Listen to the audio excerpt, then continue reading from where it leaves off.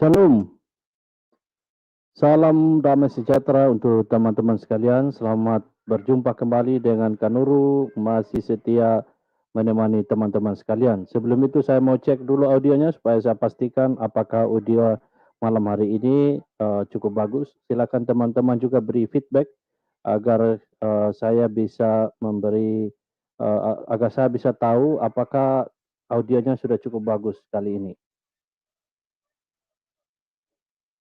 Agar saya bisa tahu apakah ya, nampaknya audio sudah cukup bagus teman-teman. Jadi malam hari ini saya akan membawakan sebuah materi yang mana materi ini adalah sangat bagus dan saya rasa ini penting untuk kita ketahui bersama sebagai khususnya sebagai orang Kristen. Maka video ini saya harus tegaskan dari awal, saya buat untuk kalangan umat Kristiani, ya. Jadi ini sebagai sebuah pengetahuan bagi saudara-saudariku umat Kristiani mengenai perbedaan dua figur atau dua tokoh yang ditulis di dalam Alkitab maupun juga yang ditulis di dalam Al-Quran, yaitu tentang Yesus dan Isa. Anda pilih mana? Supaya Anda bisa memilih, maka Anda perlu tahu dulu apa perbedaan keduanya. Dan inilah perbedaan kedua tokoh ini, yaitu Yesus yang kita lihat di dalam Alkitab atau kita kenal sebagai Tuhan Yesus, Sang Firman yang hidup itu, dan kemudian juga tokoh Isa Al-Masih yang dicatat di dalam Al-Quran, yang dikenal sebagai Nabi oleh saudara-saudari kita umat Muslim. Nah, sebelum lanjut teman-teman, ayo bantu dulu bagikan siarannya ke sebanyak mungkin teman-teman Anda, pacar, tetangga, mungkin juga musuh lama Anda. Tolong bagikan siarannya supaya mereka juga bisa dengarkan siaran kali ini, ya. Jadi oke teman-teman, saya perlu tegaskan ya bahwa peristiwa kehidupan Tuhan Yesus ini sudah ditulis pada abad-abad pertama, ya, sudah ditulis, dan para penulisnya adalah para murid dari Tuhan Yesus sendiri, saksi mata yang melihat akan kehidupan dari Tuhan Yesus. Mereka lah yang kemudian menuliskan apa yang ia lakukan, apa yang ia katakan, apa yang ia perbuat. Mereka lah yang menulis, ya. Dan bukan hanya itu saja, mereka juga ketika mengumpulkan tulisan tentang Yesus ini, itu berdasarkan sebuah ya wawancara dari orang-orang yang masih hidup sezaman dengan Tuhan Yesus. Ya, sehingga apa yang mereka tulis itu adalah dapat dipertanggungjawabkan dan kredibel. Sementara tokoh Isa yang ditulis di dalam Al-Quran, itu ditulis 600 tahun kemudian. Ya, 600 tahun kemudian, dan juga kita tidak mengetahui dari mana sumber dari kisah Isa yang ditulis di dalamnya. Yang kita ketahui adalah ini hanyalah seperti dugaan begitu bahwa kisah Isa yang ditulis di sana itu bukan dugaan. Maksud saya adalah kisah Isa yang ditulis di dalam Al-Quran itu langsung dari Allah Subhanahu Wa Taala, ya, diwahyukan oleh Allah melalui Jibril dan disampaikan kepada Muhammad. Ya, jadi itu sumber, ya, sumber dari kisah Isa yang ditulis di dalam Al-Quran. Ini harus kita pahami secara bersama-sama, kita samakan persepsi kita dari awal, ya. Jadi artinya ini perbedaannya. Kalau sumber Yesus di dalam Alkitab itu langsung dari para murid, dari saksi hidup orang-orang yang sejaman dengannya, itulah yang kemudian mengkompilasi, menuliskan kisah hidupnya, apa yang ia lakukan, apa yang ia perkatakan berdasarkan saksi mata, ya. Sedangkan yang ditulis di dalam Al-Quran adalah bersumber dari Allah Subhanahu Wa Taala atau Allah SWT, yang menyatakan pesannya kepada Muhammad melalui Jibril. Oke teman-teman, jadi kita lihat seperti apa perbedaan kedua figur ini. Nah, tulisan ini saya temukan di rubrik Kristen, nanti teman-teman bisa kunjungi, dan di sini banyak sekali pelajaran bermanfaat yang dapat kita baca, ya. Jadi ada 10 perbedaan Isa dalam Islam dengan Yesus dalam Kristen yang perlu kita ketahui. Baik orang Kristen maupun teman-teman Muslim, saya pikir informasi ini perlu kita ketahui bersama, ya. Jika kita meneliti dengan baik atau cermat, maka kita dapat mengetahui bahwa Nabi Isa dalam Al-Quran atau dalam konsep umat Muslim dan Yesus Kristus di dalam Alkitab atau di dalam pemahaman orang-orang Kristen, itu adalah dua tokoh yang berbeda. Nah, ini harus kita sepakat dari awal, bahwa Yesus dan Isa ini adalah dua pribadi yang berbeda. Dan sebentar lagi kita akan lihat alasan mengapa kita katakan bahwa keduanya ini adalah berbeda. Ya, Isa dan Yesus itu bukan satu pribadi atau bukan satu figur, melainkan mereka adalah dua, ya, persepsi yang berbeda, yakni persepsi Islam berdasarkan Al-Quran dan persepsi Kristen berdasarkan Alkitab. Ya, tetapi kedua nama tersebut memang benar-benar mengacu kepada dua pribadi atau dua figur yang sama sekali berbeda, bahkan bertolak belakang.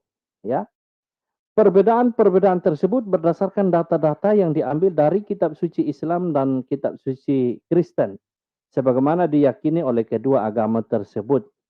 Data tentang Nabi Isa diambil dari Al-Quran sebagaimana yang diyakini oleh teman-teman Muslim, dan data tentang Yesus diambil dari Alkitab sebagaimana diyakini oleh orang-orang Kristen.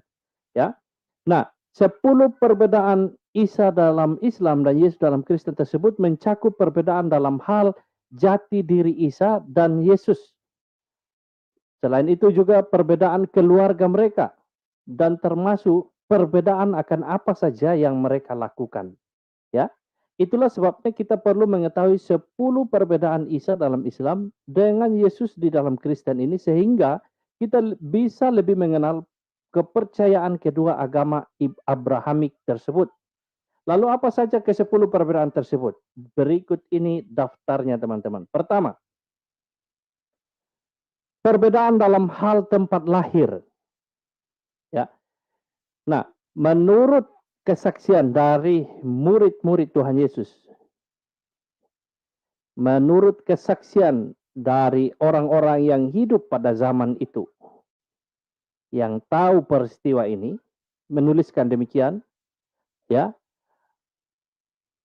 Ini pertama kita lihat dulu, menurut versi Isa dalam agama Islam, dan ini bersumber dari Al-Quran dan bersumber langsung dari Allah Subhanahu wa Ta'ala. Dan Yesus dalam agama Kristen itu bersumber dari para penulis Alkitab yang berdekatan dengan konteks zaman di mana Yesus itu ada, ya. Yang pertama adalah dalam hal tempat lahir. Nah, Isa di dalam agama Islam itu dikatakan dia lahir di bawah pohon korma. Itu dikatakan di dalam Al-Quran bahwa Isa itu lahir di bawah pohon korma. Meskipun banyak sejarawan Alkitab, bahkan juga teolog, apologet Kristen, yang mempertanyakan bagaimana mungkin di Bethlehem itu bisa ada pohon korma katanya, ya. Ada beberapa orang yang mempertanyakan hal ini. Dan saya pikir ini pertanyaan yang tentu teman-teman Muslim harus bisa jawab, ya. Bagaimana mungkin di tempat di mana Isa itu lahir, yaitu di Bethlehem, di Nazaret, itu ada pohon korma di sana katanya. Padahal di konteks pada zaman itu katanya, ini yang saya dengar, ya, tidak ada pohon korma begitu, dan bukan di sanalah tempat pohon korma itu tumbuh. Nah, sementara menurut catatan Alkitab teman-teman, berdasarkan hasil kompilasi dari para penulis Injil yang menanyakan langsung dari orang-orang yang hidup pada zaman itu, menuliskan bahwa Yesus itu, ya, lahir di palungan. Lahir di palungan itu adalah tempat makan ternak teman-teman.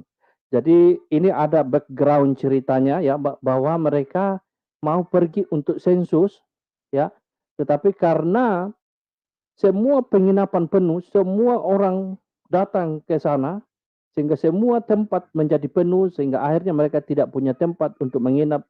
Lalu adalah sebuah tempat kandang domba, di mana disitulah mereka diberi tempat itu untuk Maria dapat melahirkan. Karena memang waktu itu adalah waktu yang tepat, bertepatan dengan waktu di mana Bunda Maria akan melahirkan, maka akhirnya mereka menggunakanlah tempat kandang domba itu. Dan tentu juga punya makna mengapa ia melahirkan, Bunda Maria melahirkan di kandang domba itu, atau mengapa Yesus lahir di kandang domba itu. Ada makna teologis di sana bahwa ia lahir sebagai seorang bayi yang sederhana, di tempat yang bahkan tidak layak, punya pesan teologis, itu menunjukkan bahwa ia memang lahir di tempat yang tidak layak. Sebagaimana ia adalah Tuhan, datang ke tengah-tengah dunia, menjadikan dirinya menjadi hamba, kata Rasul Paulus di dalam surat Filipi, mengambil rupa sebagai manusia, dan di situ diwujudkan bahwa ia lahir di kandang domba itu, di sebuah palungan. Ada makna teologis. Dan saya tidak tahu bagaimana teman-teman Muslim ketika memahami bahwa Isa lahir di bawah pohon korma, apakah itu punya makna teologis? Saya belum pernah dengarkan, belum pernah saya dengar ada ceramah atau ulasan yang menyampaikan apa makna teologis Isa lahir di bawah pohon korma. Bahkan di beberapa catatan saya baca bahwa Isa lahir di bawah pohon korma waktu itu, pohon korma itu sampai merundukkan dirinya. Ini kalau saya nggak salah baca, kalau saya keliru mohon teman-teman maklumi bahwa saya bukan seorang Muslim, atau mungkin saya salah mengingat cerita. Tapi kalau saya tidak salah, di situ dikatakan bahwa pohon korma itu merendahkan dahan-dahannya sehingga Maryam itu dapat mengambil, memetik pohon korma untuk dimakan olehnya. Itu yang saya ingat. Kalau saya salah mohon maaf teman-teman, bukan bermaksud untuk mengarang cerita atau bagaimana, tapi ini sepertinya saya pernah mengingat demikian. Kalau saya salah mohon dimaafkan. Saya bukan berusaha untuk mengarang-arang cerita, Tapi kalau benar mohon koreksi saya, atau mohon berikan referensinya, kira-kira kisah itu ditulis di mana. Jadi jelas perbedaan tempat teman-teman, dan juga menurut Alkitab, tempat di mana Yesus lahir itu jelas tempatnya. Jelas tempatnya di Bethlehem, kota Daud, di Nazaret. Kalau kita lihat Alkitab lagi mencatat lebih rinci lagi tempat di mana ia lahir, tahun yang siapa yang memerintah pada waktu itu juga dituliskan secara rinci, lengkap. Sementara kalau kita baca di dalam Al-Quran, yang mana itu adalah wahyu dari Allah SWT langsung, tidak dijelaskan secara rinci di mana Maryam itu melahirkan. Pohon korma itu ada di mana, tidak dijelaskan secara rinci, atau pada tahun apa waktu itu, atau peristiwa apa yang terjadi pada waktu itu. Minim sekali informasi yang kita dapatkan, Sementara kalau kita baca dalam Alkitab, begitu banyak referensi peristiwa yang terjadi pada waktu itu. Misalnya itu adalah waktu di mana ada sensus, yang dilakukan pada waktu itu. Dan kita juga tahu siapa yang memerintah pada waktu itu. Dan ini dapat di cross check secara sejarah. Itu kita dapat cross check, kita dapat ketahui di tahun berapa dan siapa yang memerintah, pada waktu itu di tempat di mana Tuhan Yesus lahir. Sementara catatan Al-Quran tidak mencatat secara detail di mana tempatnya, peristiwa apa yang terjadi pada waktu itu, konteks zaman pada waktu itu seperti apa, situasi politik seperti apa pada waktu itu, tidak diceritakan secara rinci, teman-teman, Oke, kita lihat perbedaan kedua, teman-teman, perbedaan dalam hal orang tua. Dalam hal orang tua kita dapat lihat perbedaan adalah Isa dalam agama Islam dan Yesus dalam agama Kristen. Keduanya adalah memiliki orang tua yang berbeda cerita, teman-teman. Nah, dalam Islam, nama orang tua Isa itu adalah Maryam. Maryam. Sedangkan, nah, menurut Al-Quran, Maryam itu adalah ibu dari Isa. Sehingga Al-Quran juga mencatat bahwa Isa itu putra Maryam. Ya, disebut putra Maryam. Nah, sebagai manusia biasa, tentu Isa punya ayah. Tetapi, sekali lagi teman-teman, Al-Quran tidak menuliskan secara detail siapa nama ayah Isa. Nah, tentu dalam hal ini adalah secara hukum ya, karena menurut Al-Quran juga mencatat bahwa Isa itu lahir tanpa peran seorang laki-laki. Tetapi Al-Quran tidak mencatat secara hukum siapa ayah daripada Isa itu tidak dicatat di dalam Al-Quran. Lagi-lagi ini tidak ada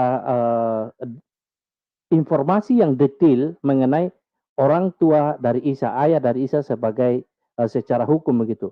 Nah, sebutan Isa putra Maryam juga tidak biasa karena yang disebut biasanya adalah nama ayahnya, bukan nama ibunya. Kalau kita lihat dalam konteks sejarah pada waktu itu ya. Nah, sedangkan Yesus, orang tua Yesus di dalam agama Kristen atau di dalam catatan Alkitab, itu disebut secara jelas, rinci, lengkap dengan silsilahnya. Kenapa teman-teman? Karena ini ditulis oleh orang-orang yang dekat dengan zaman, konteks zaman peristiwa di mana Yesus itu lahir, berkarya, ya, melayani, sehingga ini semuanya jelas. Ya, jelas siapa ibunya, jelas siapa ayahnya secara hukum yaitu Yusuf, ya. Lengkap juga dengan silsilahnya. Silsilah Yusuf dituliskan, silsilah Maria juga dituliskan, ya. Sementara Al-Quran tidak mencatat demikian, hanya mencatat bahwa Isa itu adalah putra Maryam. Yesus di dalam agama Kristen itu anak Yusuf dengan Maria, itu jelas Alkitab menulis demikian.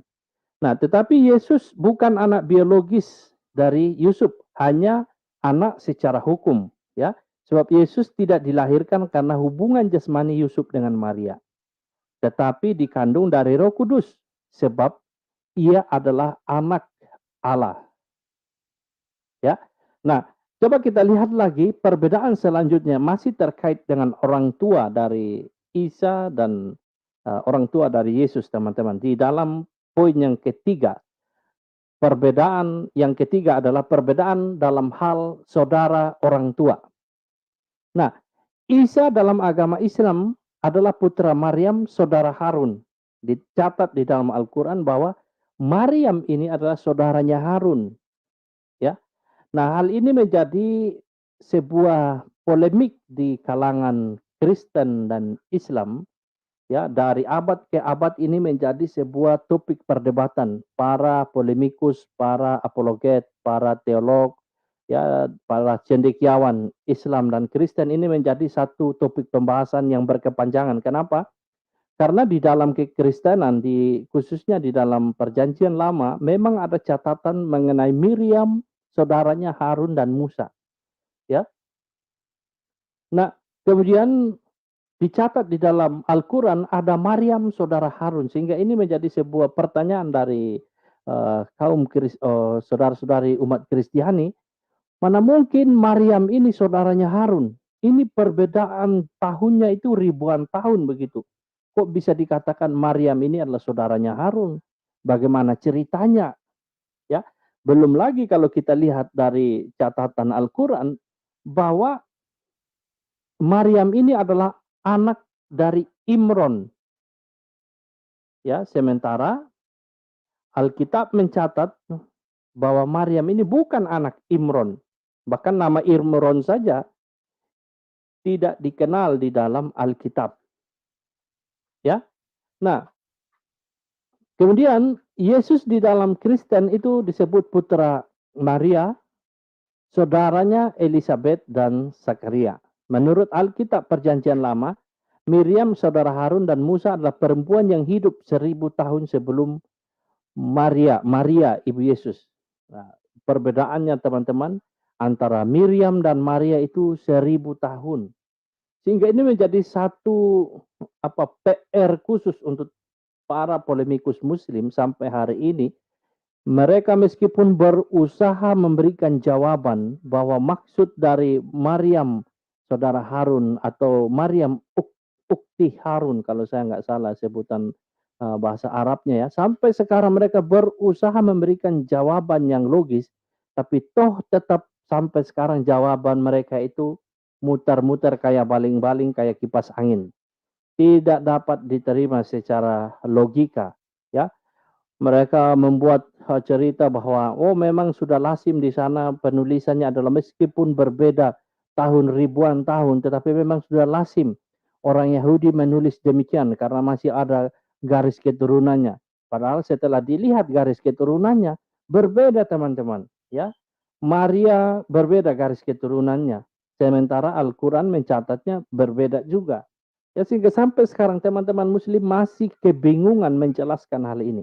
Mereka belum dapat memberikan jawaban yang masuk akal dan memuaskan. Ya, coba kita lihat perbedaan yang keempat. Perbedaan dalam hal mujizat, bicara saat bayi. Nah, dalam Al-Quran mencatat bahwa Isa itu membuat mujizat, berbicara ketika masih bayi. Ya, dan di dalam satu video yang saya tayangkan, saya sudah ceritakan bahwa memang dulu ada sebuah kitab apokrifa, ya, Injil Yakobi, itu menuliskan di dalam Injil Yakobi sebuah kitab apokrifa bahwa Yesus itu pernah berbicara di atas buayan begitu, tetapi Injil itu ditolak di dalam pengkanonan Alkitab. Nah, kisah ini itu ditulis di dalam Al-Quran bahwa Isa itu dapat berbicara ketika masih bayi. Sedangkan Yesus di dalam agama Kristen tidak ada mujizat seperti itu. Tidak pernah diceritakan bahwa Yesus dapat berbicara ketika ada di buayan. Ya, tidak pernah. Sekali lagi, kisah ini, kisah Yesus, ditulis oleh orang-orang yang dekat dengan zaman dari Tuhan Yesus, ya. Jadi saya yakin dan percaya apa yang mereka tulis tentulah yang paling akurat, ya. Nah, Yesus adalah orang yang paling banyak melakukan mujizat di dalam Alkitab, tetapi dari semua mujizat yang dilakukan, ya, tidak pernah ditulis mujizat berbicara saat ada di buayan, ya. Nah, secara resmi Tuhan Yesus melakukan pelayanan pada usia 30 tahun. Jadi Yesus tidak pernah melakukan mujizat sebelum berusia 30 tahun. Apalagi ketika masih bayi. Tidak pernah. Kalau ada, sudah tentu ditulis, ya. Ditulis oleh para penulis Injil, sinoptik. Nah, kemudian kita lihat yang kelima, teman-teman. Perbedaan dalam hal mujizat menghidupkan burung. Nah, agama Islam meyakini Yesus atau Isa sebagai salah satu nabi Allah, ya. Dia diberi kelebihan, salah satunya adalah membuat mujizat, yaitu membuat seekor burung pipit, seekor burung hidup, bukan burung pipit, ya. Jadi Isa itu diberi mujizat untuk membuat seekor burung hidup, ya. Sementara di dalam kekristenan tidak pernah dicatat bahwa Yesus itu pernah membuat mujizat menjadikan atau membuat seekor burung hidup dari tanah liat. Belum pernah.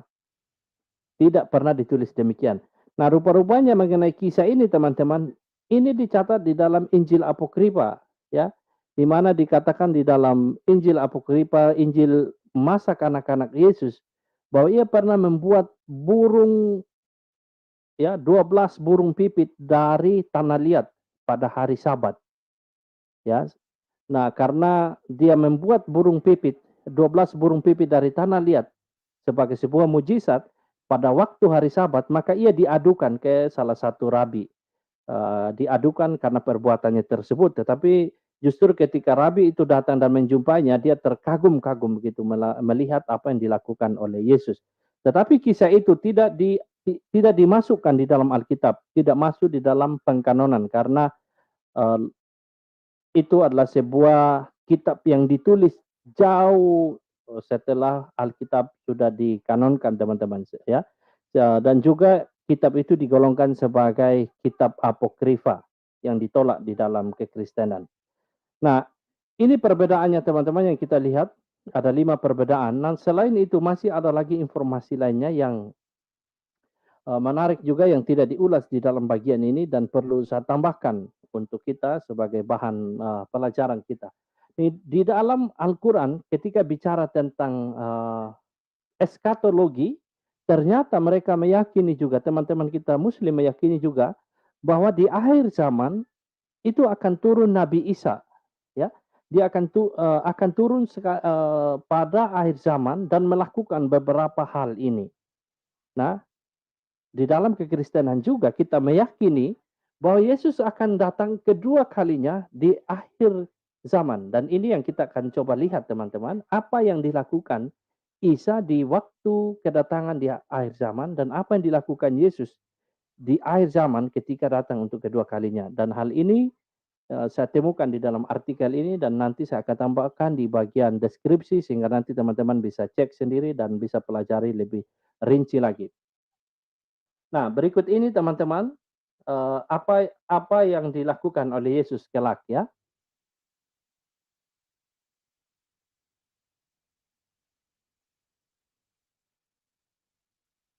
Oke, saya coba baca untuk teman-teman ya. Bagi teman-teman yang belum like, ayo like dulu videonya supaya video ini makin banyak ditonton oleh lebih banyak pemirsa lagi dan kalau Anda berkenan silakan bantu bagikan supaya dapat menjangkau lebih banyak penonton lagi. Oke teman-teman, di sini langsung saja di sini. Turunnya Nabi Isa alaihissalam memberikan hikmah yang besar. Di antaranya, satu, ini yang dilakukan oleh Isa ketika nanti datang untuk kedua kalinya teman-teman. Isa akan membantah orang Yahudi yang beranggapan bahwa mereka telah membunuh Isa alaihissalam. Nampaknya teman-teman, ini penting sekali untuk harus diklarifikasi oleh Isa pada kedatangannya nanti di akhir zaman teman-teman. Maka dia datang itu salah satunya yang dia lakukan adalah mengklarifikasi bahwa orang Yahudi itu tidak pernah membunuh Isa alaihissalam. Oh, ini menarik sekali ya. Jadi saat ini menurut pendapat teman-teman Muslim, Isa itu kan waktu mau disalib, waktu mau dibunuh, itu kan langsung diangkat oleh Allah Subhanahu wa taala sehingga sampai hari ini ia masih ada di langit kesekian, saya lupa langit ke berapa ya. Langit kedua kalau saya tidak salah. Dia masih ada di sana. Artinya dia belum mengalami kematian secara fisik. Sampai hari ini dia masih hidup, ya. Nah, dia menunggu sekian lama supaya nanti ketika dia datang di hari kiamat nanti, dia datang untuk berbantahan dengan orang Yahudi. Melakukan klarifikasi bahwa orang Yahudi telah salah sangka. Mereka telah salah sangka. Orang Yahudi menyangka bahwa mereka telah membunuh Isa al-Masih. Tahu-tahunya mereka tidak pernah membunuh. Dan ini diklarifikasi oleh Isa alaihissalam. Nah ini menarik teman-teman. Saya sudah berkali-kali bertanya tentang hal ini di dalam beberapa video saya.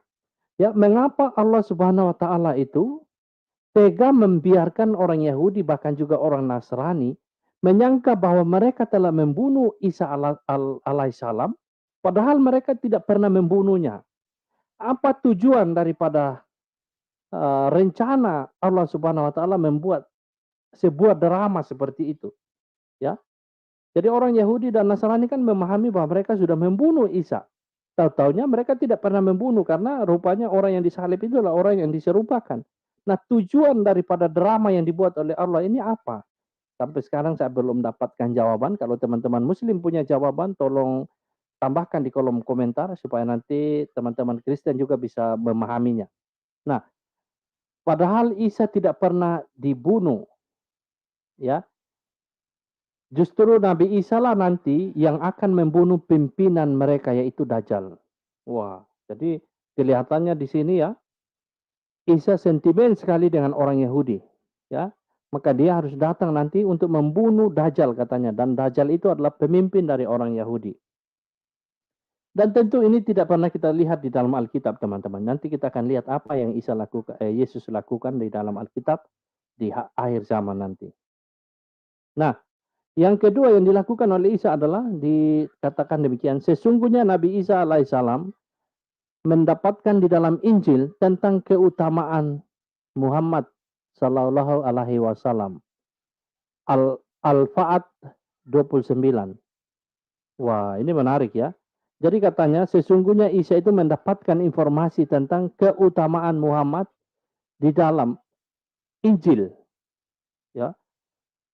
Jadi rupanya Injil yang kitab yang diterima oleh Isa menurut konsep teman-teman Muslim, ya, itu memuat keutamaan Nabi Muhammad di dalamnya. Jadi Injil itu bicara tentang Muhammad katanya, berbicara tentang Muhammad.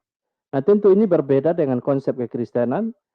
Kita tidak pernah memahami bahwa Injil itu adalah sebuah kitab yang turun dari surga, lalu memuat cerita tentang apa namanya, tentang apa tidak jelas juga, sebagaimana teman-teman Muslim meyakini ada sebuah kitab namanya Injil diberikan oleh Allah Subhanahu Wa Taala kepada Isa, tetapi isinya tidak pernah kita ketahui isinya apa. Tetapi berdasarkan bagian ini di dalam Injil itu ada cerita tentang keutamaan Muhammad katanya. Nah, sementara konsep Kristen, Injil itu adalah Yesus sendiri. Karena makna Injil itu adalah kabar baik, evangelion. Dan Yesus itulah Injil itu sendiri. Ya, kitab Injil, 4 kitab Injil itu dinamakan kitab Injil karena bercerita tentang Yesus. Apa yang dilakukan oleh Yesus, apa yang dikerjakan, siapa Yesus. Itulah mengapa disebut kitab Injil. Jadi bukan sebuah kitab yang datang dari surga, lalu plak begitu ke bumi, dan kemudian diserahkan kepada Nabi Isa. Dalam doa Nabi Isa, ini doa Nabi Isa ya, dia berdoa agar dimasukkan di antara mereka umat Nabi Muhammad. Lalu Allah Subhanahu Wa Taala mengabulkan doa Nabi Isa ketika beliau turun pada akhir zaman dan beliau menjadi mujadid, pembaharu agama Islam.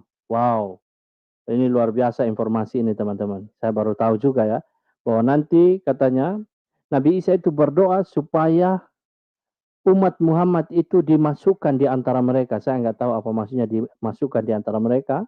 Ya, lalu doa Nabi Isa itu dikabulkan oleh Allah. Ya, ketika beliau turun pada akhir zaman, nanti Nabi Isa menjadi mujadid, yaitu pembaharu agama Islam. Jadi nanti Isa datang itu untuk menjadi pembaharu agama Islam. Wow, luar biasa ya. Jadi sekian lama dia ada di langit kedua, hanya untuk nanti turun menjadi pembaharu agama Islam, teman-teman. Ya, jadi agama-agama yang lain itu tidak lagi, tapi hanya menjadi pembaharu agama Islam. Bahwa turun Nabi Isa Al-Masih dari langit untuk dimakamkan di bumi. Oh, jadi tujuan selanjutnya dia datang turun ke bumi pada hari kiamat itu adalah supaya dimakamkan, karena memang belum mati teman-teman ya. Karena tidak ada makhluk dari tanah yang mati di selainnya. Ya, jadi karena Isa ini belum mati, sebagaimana dikatakan di dalam Al-Quran bahwa pada akhir ajalmu dikatakan demikian, maka dia turun nanti supaya dapat dimakamkan di bumi. Oh, luar biasa ya. Oke, kita lanjut ya. Yang keempat teman-teman, Isa juga datang di akhir zaman nanti untuk membongkar kebohongan Nasrani. Wah, jadi Isa datang itu untuk membongkar kebohongan Nasrani, teman-teman. Nasrani ini adalah mereka yang ditulis di dalam Al-Quran meyakini bahwa Allah Subhanahu Wa Taala itu datang mengawini Maryam lalu melahirkan Isa. Ya, itu konsep dari Nasrani ini, teman-teman. Jadi ini bukan orang Kristen ya. Saya harus tegaskan demikian, ini bukan orang Kristen. Karena orang Kristen tidak pernah punya konsep sebagaimana dicatat di dalam Al-Quran bahwa ada satu kelompok umat yang memahami Tuhan datang kawin dengan Maryam lalu melahirkan Isa, sehingga ada 3 Tuhan. Ya, ada Tuhan Allah Subhanahu Wa Taala dan ada Tuhan Maryam, ibunda dari Isa Al-Masih, dan ada Tuhan Isa Al-Masih sendiri. Tidak pernah ada orang Kristen memahami demikian, sehingga saya berkesimpulan bahwa pemahaman itu adalah pemahaman dari Nasrani. Jadi Isa nanti datang itu membongkar kebohongan orang Nasrani ini. Nasrani ini sudah tidak ada ya, karena saya tidak pernah lihat ada kelompok orang Kristen yang punya pemahaman seperti itu, atau kelompok agama tertentu yang punya pemahaman seperti itu. Jadi nanti Isa datang itu untuk membongkar kebohongan ini, teman-teman. Ya, jadi bukan membongkar kebohongan orang Kristen ya. Kita harus bedakan Nasrani dan Kristen itu berbeda, teman-teman. Dan hal ini sudah dijelaskan oleh seorang ex-muslim, siapa namanya itu saya lupa, seorang apologet mantan muslim ya, punya channel tidak biasa, itu channelnya. Nanti teman-teman siapa namanya tolong sebutkan ya. Jadi dalam konteks kekristenan, Nasrani ini adalah bidat Kristen. Jadi bukan Kristen sejati teman-teman ya. Selain itu, Isa juga jauh-jauh datang dari sana, langit kedua teman-teman. Itu untuk menghancurkan salib. Oh, ini menghancurkan salib teman-teman.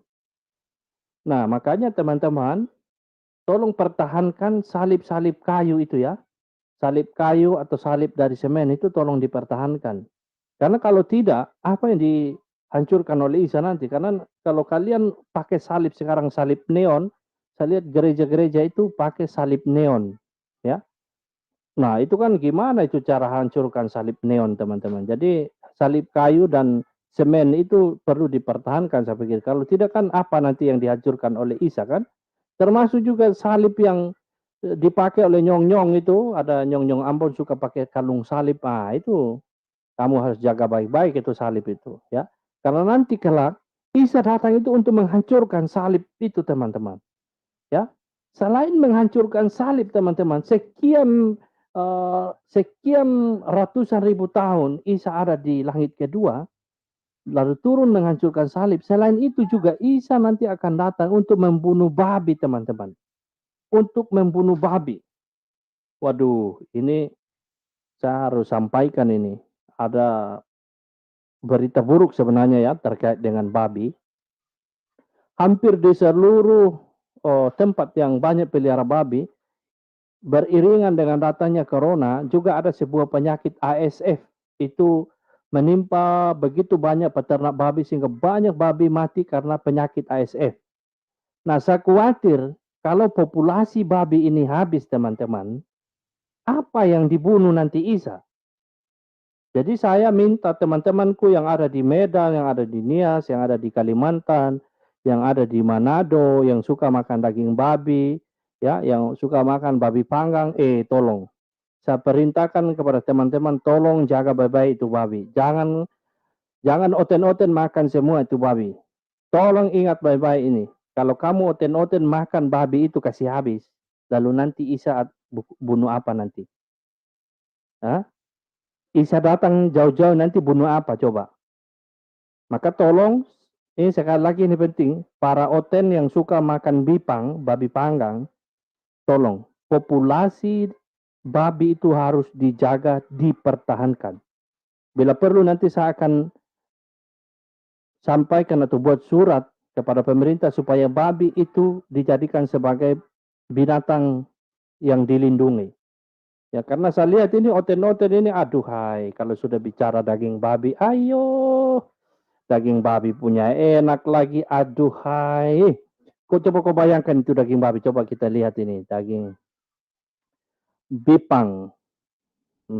Coba ada teman-teman mungkin yang tidak tahu ini seperti apa bipang, saya kasih tunjuk dulu untuk Anda sekalian. Mana? Ini nih.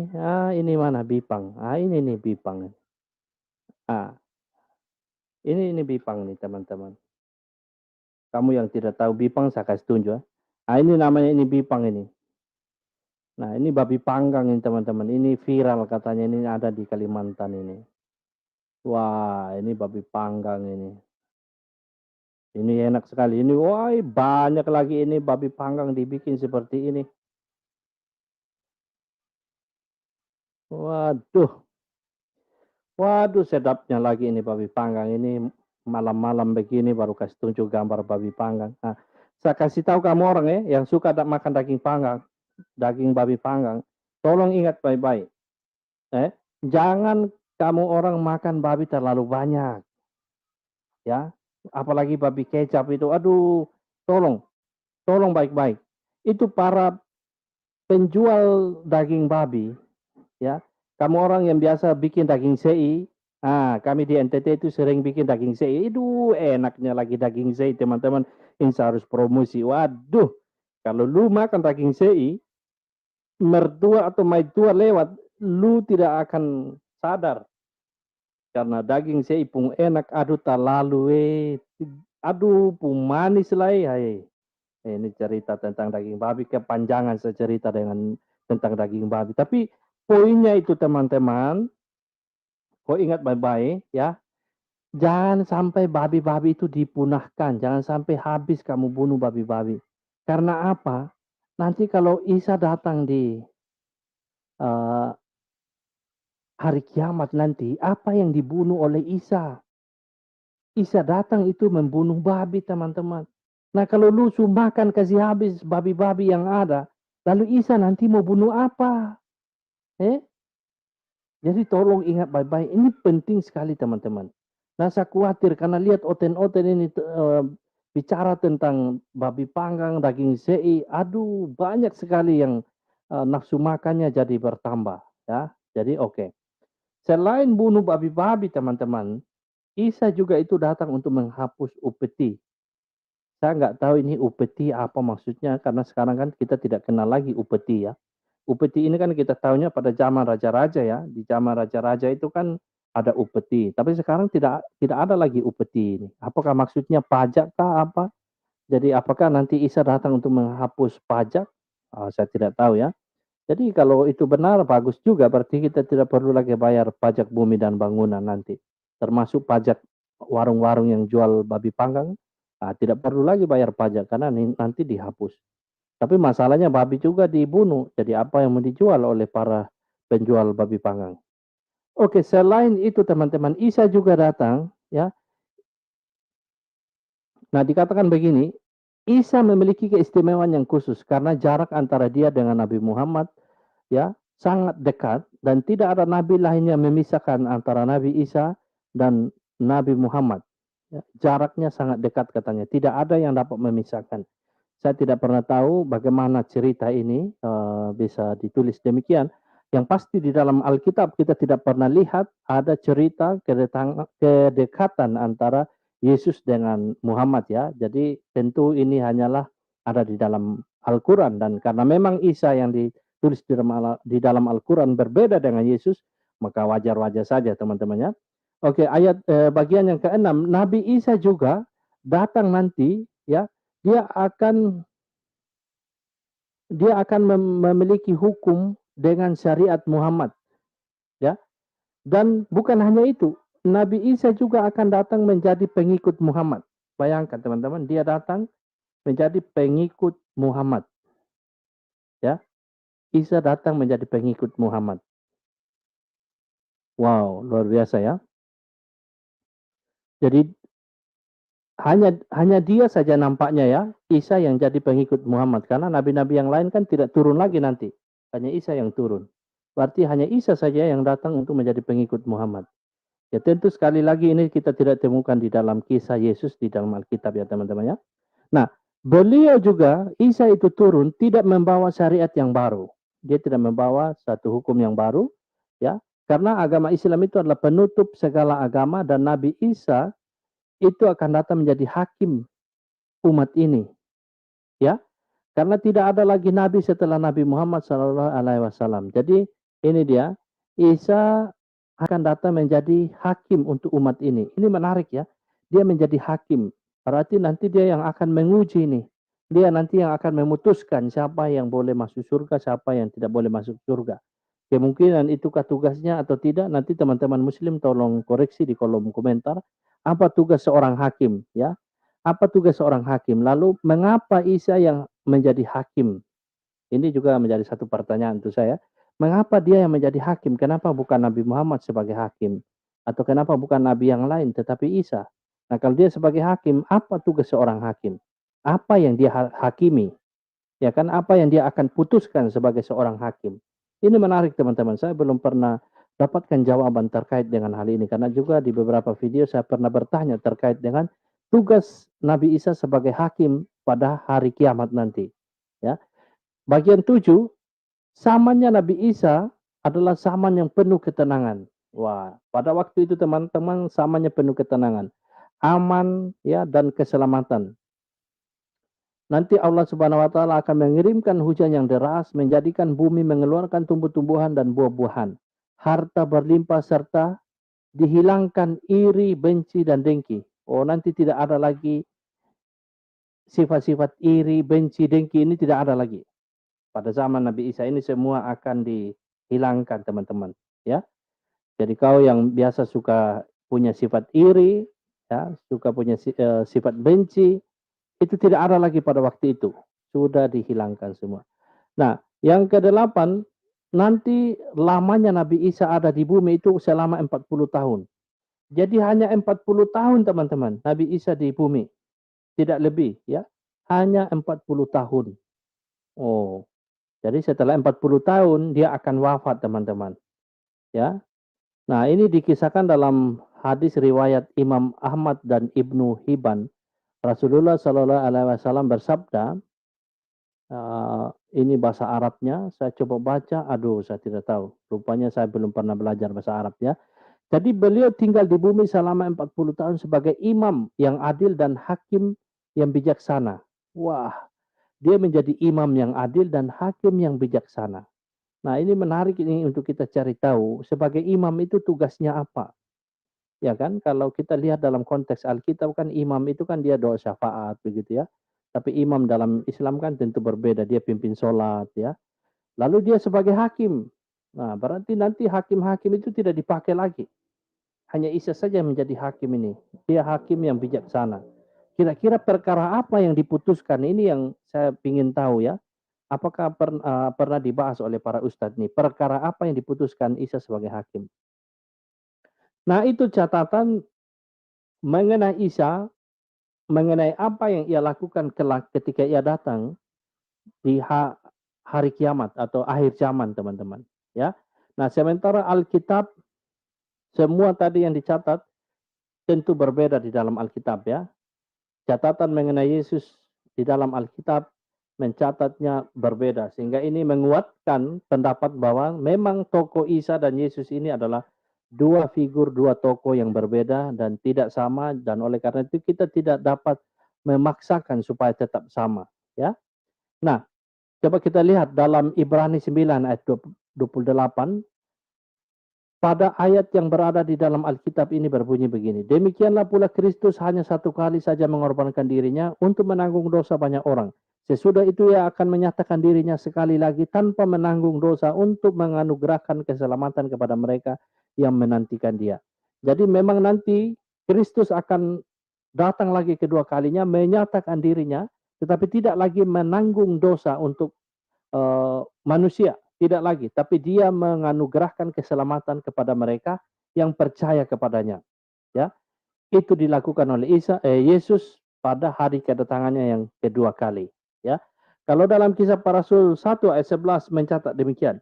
Untuk ayat selanjutnya juga mencatat bahwa dikatakan demikian. Hai orang-orang Galilea, mengapakah kamu berdiri melihat ke langit? Yesus ini yang terangkat ke surga meninggalkan kamu akan datang kembali dengan cara yang sama seperti kamu melihat dia naik ke surga. Jadi dikatakan bahwa Yesus akan datang, ya, untuk kedua kalinya sama seperti ia naik ke surga. Dan semua mata akan melihat ia turun kembali ke dunia. Tentu tidak dituliskan secara rinci terkait dengan apa yang bersifat apokaliptik atau yang bersifat eskatologis, teman-teman. Itu tidak dirincikan. Jadi tidak seperti yang dikatakan di dalam Al-Quran, itu rinci sekali mengenai apa yang dilakukan oleh Isa. Ya, ini bedanya, teman-teman, ya. Jadi terkait dengan apa yang dilakukan oleh Isa di akhir zaman itu ditulis secara rinci.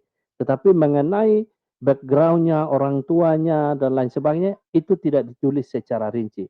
Sementara di dalam Alkitab terkait dengan kehidupan Yesus, ya, orang tuanya dan apa yang dia lakukan ditulis secara rinci. Namun terkait dengan peristiwa kedatangan yang kedua tidak ditulis secara rinci, ya, dan semuanya bersifat gambaran atau simbolis, ya. Nah, kita lihat juga apa yang ditulis dalam Matius 26 ayat 64. Jawab Yesus, engkau telah mengatakan akan tetapi aku berkata kepadamu, mulai sekarang kamu akan melihat Anak Manusia duduk di sebelah kanan yang Maha Kuasa dan datang di atas awan-awan di langit. Wah, ditulis akan datang nanti kedua kalinya di atas awan-awan di langit. Nah, seperti apa nanti datang di atas awan-awan? Ya, tidak kita ketahui. Ini adalah sifatnya apokaliptik, saya sudah katakan begitu. Ini sifatnya bahasanya seperti itu, tapi seperti apa kita tidak pernah tahu ya. Nah, kita lihat lagi 2 Tesalonika 1 ayat 7 sampai 10. Dan untuk memberikan kelegaan kepada kamu yang ditindas dan juga kepada kami pada waktu Tuhan Yesus dari dalam surga menyatakan dirinya bersama-sama dengan malaikat-malaikatnya dalam kuasanya di dalam api yang menyala-nyala dan mengadakan pembalasan terhadap mereka yang tidak mau mengenal Allah dan tidak mentaati Injil Yesus Tuhan kita. Mereka ini akan menjalani hukuman kebinasaan selama-lamanya, dijauhkan dari hadirat Tuhan dan dari kemuliaan kekuatannya. Apabila ia datang pada hari itu untuk dimuliakan di antara orang-orang kudusnya dan untuk dikagumi oleh semua orang yang percaya. Sebab kesaksian yang kami bawa kepadamu telah kamu percayai. Ya. Jadi dia akan datang kedua kalinya teman-teman. Itu disertai dengan peristiwa yang maha dahsyat. Ya. Api yang menyala-nyala. Ya. Dan selain itu dia juga akan melakukan pembalasan terhadap mereka yang tidak mau mengenal Tuhan dan tidak mau mentaati Injil Yesus, yang tidak mau mentaati panggilan untuk percaya kepada apa yang dilakukan oleh Tuhan Yesus. Mereka itu yang akan menerima penghukuman, pembalasan teman-teman. Ya, maka selagi ada waktu saya menantang teman-teman untuk segera percaya Tuhan Yesus. Jangan sia-siakan kesempatan yang ada. Mari percaya Tuhan Yesus. Jangan sampai Anda salah mengambil keputusan. Ya, 1 Tesalonika 4 ayat 15 sampai 16. Ini kami katakan kepadamu dengan firman Tuhan, kita yang hidup, yang masih tinggal sampai kedatangan Tuhan, sekali-kali tidak akan mendahului mereka yang telah meninggal. Sebab pada waktu tanda diberi, yaitu pada waktu penghulu malaikat berseru dan sangkakala Allah berbunyi, maka Tuhan sendiri akan turun dari surga dan mereka yang mati dalam Kristus akan lebih dahulu bangkit. Ya, jadi nanti teman-teman yang mati di dalam Kristus akan lebih dahulu bangkit. Wah, Anda dan saya yang percaya kepada Tuhan Yesus, yang percaya kepada Tuhan Yesus akan lebih dahulu bangkit teman-teman. Ya. Matius 24 ayat 29 sampai 31. Segera sesudah siksaan pada masa itu matahari akan menjadi gelap dan bulan tidak bercahaya dan bintang-bintang akan berjatuhan dari langit dan kuasa-kuasa langit akan goncang.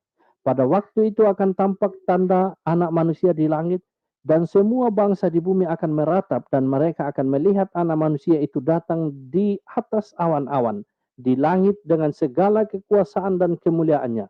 Dan ia akan menyuruh keluar malaikat-malaikatnya dengan meniup sangkakala yang dahsyat bunyinya, dan mereka yang mengumpulkan orang-orang pilihannya dari keempat penjuru bumi, dari ujung langit yang satu ke ujung langit yang lain. Wah, ini disertai sebuah peristiwa dahsyat teman-teman, ya, bahwa nanti kedatangannya juga malaikat-malaikatnya itu akan disuruh keluar dan mengumpulkan orang-orang percaya.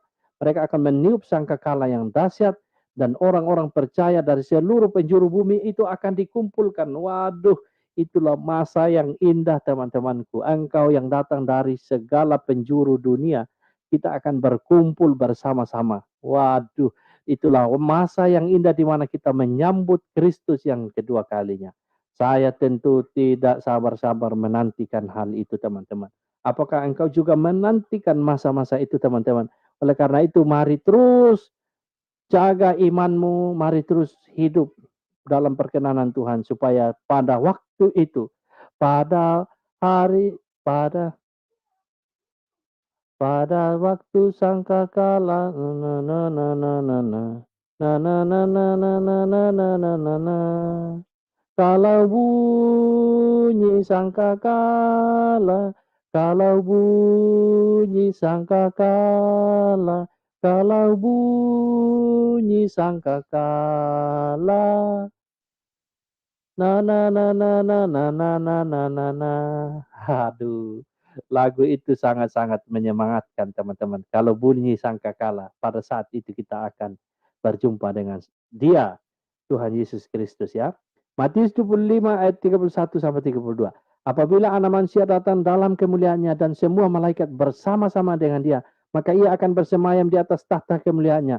Lalu semua bangsa akan dikumpulkan di hadapannya dan Ia akan memisahkan mereka daripada seorang sama seperti gembala memisahkan domba dari kambing. Lagi-lagi ayat ini menjelaskan akan kondisi apa yang terjadi pada zaman akhir. Pada akhir zaman itu, pada kondisi ini maka orang-orang berada di jalannya akan dipisahkan dengan orang-orang yang lebih memilih untuk mengikut bisikan iblis selama hidup mereka. Mungkin sudah banyak atau paling tidak ada beberapa ayat yang menyinggung mengenai hal ini. Mungkin Anda juga akan bingung apabila Anda ingin menyandingkan ayat ini dengan perumpamaan anak yang hilang. Saya rasa selama Anda masih memiliki waktu, maka untuk melakukan pengakuan dosa, untuk mendapatkan pengakuan dosa dalam Kristen, dan atau dengan kata lain melakukan pertobatan, maka kita masih bisa memperbaiki hubungan kita dengan Allah, teman-teman. Selagi masih ada kesempatan, sekali lagi mari perbaiki hubungan kita dengan Allah. Dan cara memperbaikinya adalah hanya dengan percaya dan menerima Tuhan Yesus Kristus satu-satunya sebagai Tuhan dan Juru Selamat. Karena di bawah kolong langit ini tidak ada satupun yang oleh namanya kita diselamatkan. Hanya melalui nama Tuhan Yesuslah, ya, kita dapat diselamatkan, teman-teman, ya, dan hanya melalui dialah kita dapat diperdamaikan dengan Allah, tidak dengan binatang, tidak dengan korban apapun, hanya dengan korban anak domba Allah kita dapat diselamatkan, teman-teman. Filipi 3 ayat 20.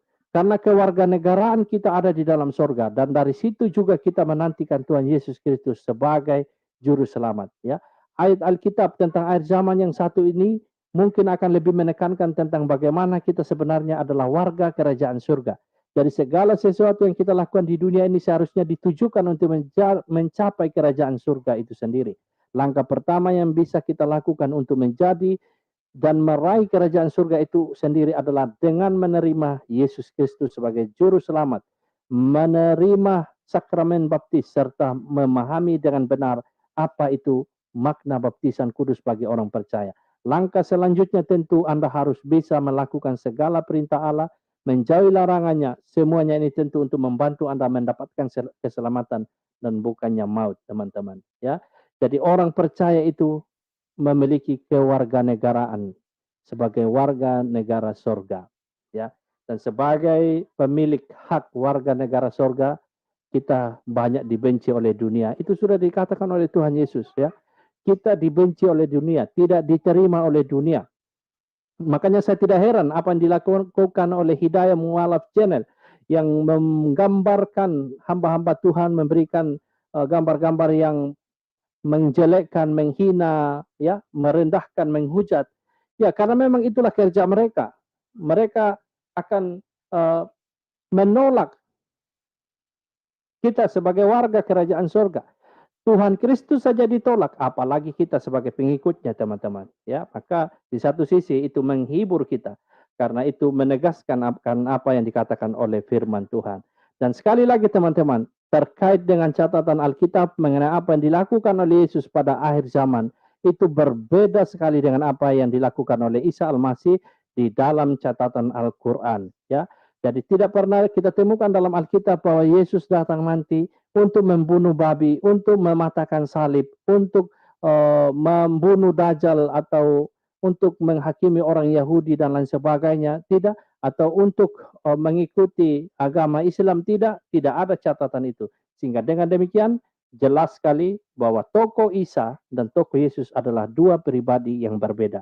Maka teman-teman Muslim, ketika Anda membahas Al-Quran Anda, jangan Anda mengait-ngaitkan Isa dengan Yesus, ya. Ingat baik-baik ini.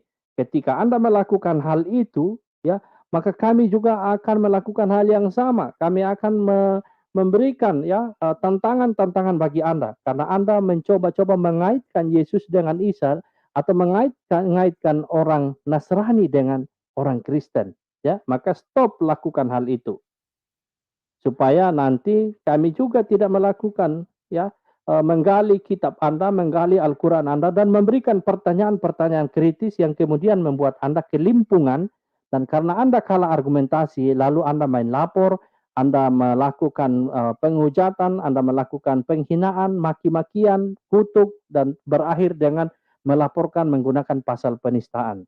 Jadi Anda harus hentikan hal itu. Dan terakhir sekali, untuk pesan saya bagi teman-teman otenku di luar sana, ya, oten-oten, tolong sekali lagi perkara mengenai babi ini tolong jaga populasi babi. Jangan sampai Anda karena terlalu nikmatnya daging babi panggang, daging babi kecap, Anda bunuh semua babi-babi yang ada, sehingga pada akhirnya nanti ketika Isa datang, akan kesulitan mencari babi-babi di dunia ini karena sudah habis karena virus African swine fever dan juga karena dimakan oleh oten-oten termasuk umat lainnya yang memakan daging babi panggang. Itu saja teman-teman, terima kasih banyak untuk Anda yang menyaksikan siaran ini. Semoga apa yang kita dengarkan di kesempatan kali ini menolong kita untuk melihat perbedaan kedua ajaran dari kedua agama ini dan pada akhirnya kita mengambil keputusan. Silakan teman-teman mengambil keputusan manakah yang Anda percaya. Apakah Anda mau percaya Isa versi Al-Quran yang begitu banyak hal yang kita lihat ya perbedaannya dengan Yesus, atau Anda mau memilih Yesus, Tuhan Yesus Kristus yang dicatat di dalam Alkitab terkait dengan apa yang diajarkan. Tentu juga Anda bisa melihat perbedaan-perbedaan yang sangat nyata. Ya, demikian video ini teman-teman. Terima kasih banyak untuk perhatian dari sahabatku sekalian.